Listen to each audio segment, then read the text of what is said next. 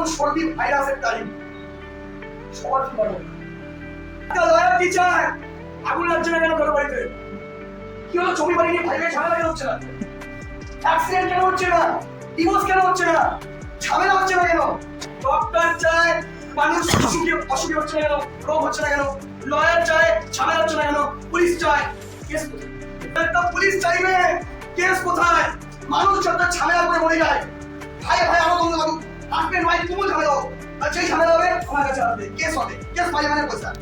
ব্যবসা চলেছে, ব্যবসা চেও করে আমার যেন দোকানেই লোক আসে, পাশের পাড়ার দোকানের থেকে আমার পাড়ার লোক আসে, পাশের যে বিজনেস আছে এর শরীর খারাপ হয়ে যায়।